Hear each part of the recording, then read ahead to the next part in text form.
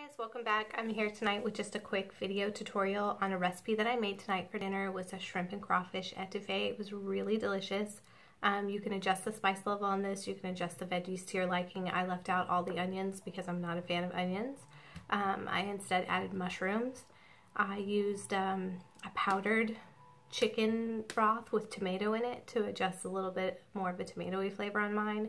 You can use fresh chicken broth, you can use canned chicken broth, you can use powdered, you can just use water if that's all you have, so you can really adjust this to your liking.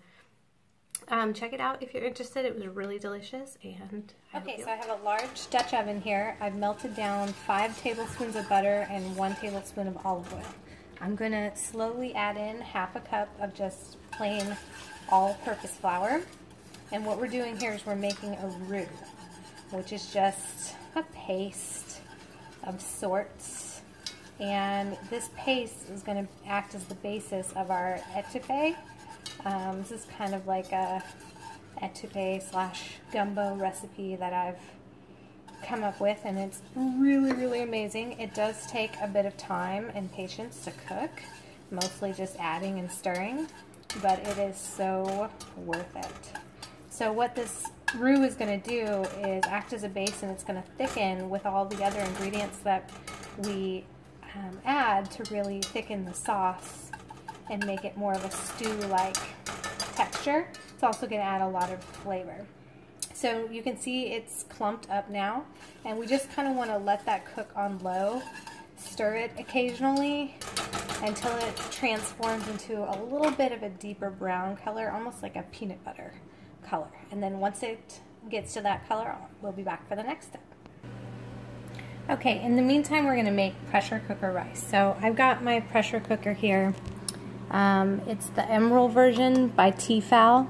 It's really great. I think it was about $100, and I use it all the time. If you have a pressure cooker and you haven't made pressure cooker rice, you're missing out. So all I did was put a cup of jasmine rice, about a cup and a half, almost 2 cups of water, and sprinkled it with a little bit of salt. What I'm going to do is plug this in.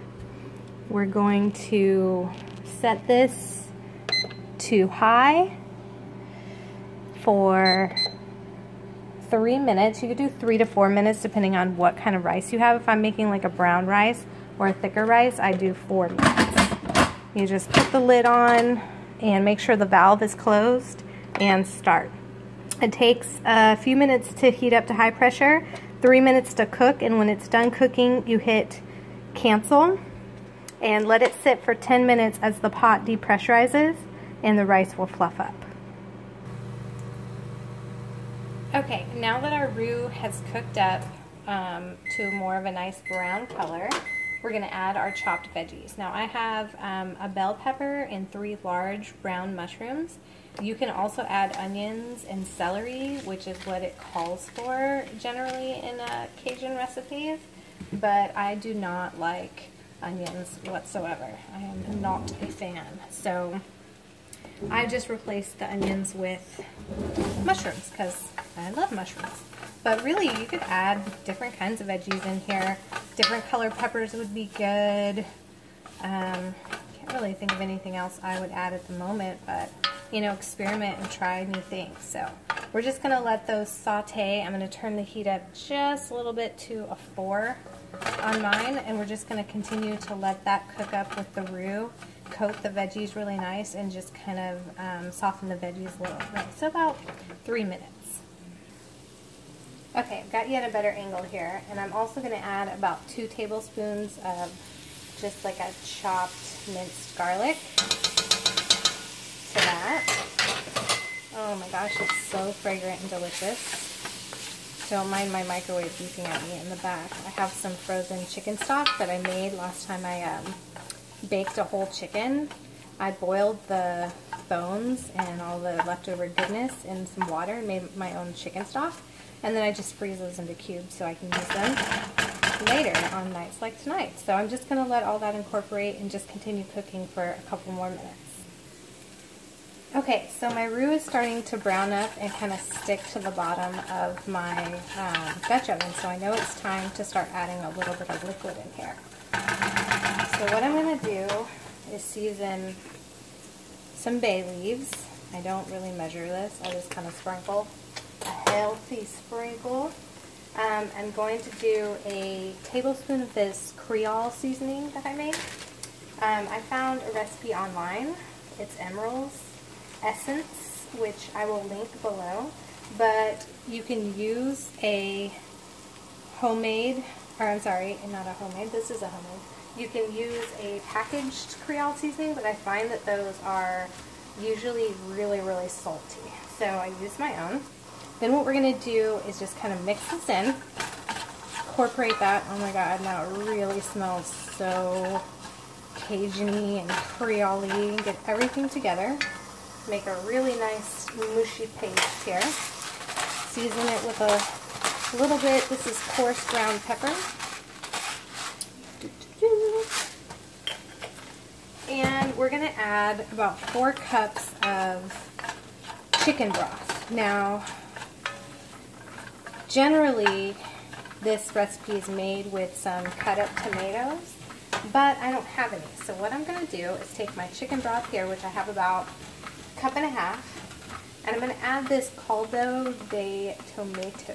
So what it is it's like a tomato chicken broth. Ooh, brand new jar. So I'm going to put about a tablespoon of that in there. Then add about 2 more cups of water to that. And give it a nice stir. So now I've got chicken broth and then my canned chicken and tomato broth all together. So that's going to kind of give you the tomato flavor, but replace putting tomatoes in there. So add that to your pot, and then what we're going to do is use our whisk to really combine all of that roux into this broth. Ooh, sloshing around. And you can hear, I don't know if you can hear, but I can hear in the background my pressure cooker has activated, and it's hit the high pressure, so that's going to start pressurizing my rice. Usually whenever I'm cooking, I make the rice first, throw it in the pressure cooker, and that way it's just going to sit there after it pressure cooks, and you cancel it and just let all of that pressure depressurize, and the rice is just going to get fluffy and amazing. So you can let it sit 10 minutes, but I let it sit as long as I possibly can, just to let the rice really fluff up. So now we have a really nice, thick mixture. See how thick that is and delicious. It smells garlicky, it smells Cajun spicy, and it looks amazing. So what we're going to do is we're going to pump up the heat to about a 5. We're going to cover it and we're going to let that boil. While that's boiling, and you can let it go as long as 45 minutes. Usually I let it go about 20 minutes just to let all those flavors release and those veggies soften. What I'm going to do is I'm going to shell my shrimp and cut open my frozen crawfish. I got this bag, and last time the crawfish I got was made from China, so I made sure to get one. Well, I think I did. No, I didn't. I did the China again. Darn it. Generally it's more expensive, but if you find one that's made in the USA, it usually comes from Louisiana. I've heard the quality is a lot better. But I found this for about $8 in my local grocery store, and they're crawfish tails. So I'm going to get those prepared and let this boil, and I'll be back. Okay, so it has been cooking for just a couple minutes and it came up to a boil. It started to stick on the bottom, which is not a big deal, because what I love about these Dutch ovens is I just added a little water, took my whisk really hard and scrubbed the bottom of that Dutch oven, and all those little brown bits just incorporated into the sauce that we have cooking here, and that's just going to make it tastier. So I turned the heat down to low, and I'm just going to let it simmer like this for about 20 minutes while I continue just kind of cleaning up and prepping my shrimp and my crawfish to go in there, and we'll be back. Okay, so this has been cooking for about 20 minutes now. It's nice and thick. It smells amazing. Everything is just kind of absorbed all that flavor. So what I have here It's about 2 pounds of shrimp and crawfish tails. And then I sprinkled it with 1 more tablespoon of that kind of home mixed creole seasoning. I'm just gonna dump that right in. Get all that good flavor. Mix that in there. We're gonna let this cook for about 5 to 10 minutes until that shrimp is just cooked. You don't want to overcook your shrimp because they are so delicate. They cook pretty quickly. So I'm going to leave that on low, and I'm going to keep checking it about every 2 minutes and stir it until I know those shrimp are perfectly cooked. And it's already looking amazing. So let's cover that up and I'll be back. Okay, and here it is, perfectly cooked and ready to serve. And I will show you the fluffy rice. Take you out of my holder here. Got this front facing, so it's a little awkward. Look at that beautiful, perfect, fluffy rice. Okay, so I've got my plate of rice, and I'm just going to serve my shrimp and crawfish etouffee right on top.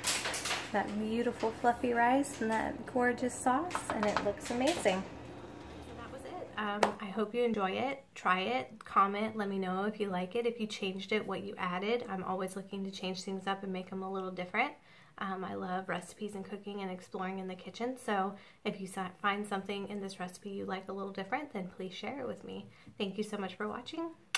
See you next time. Bye-bye.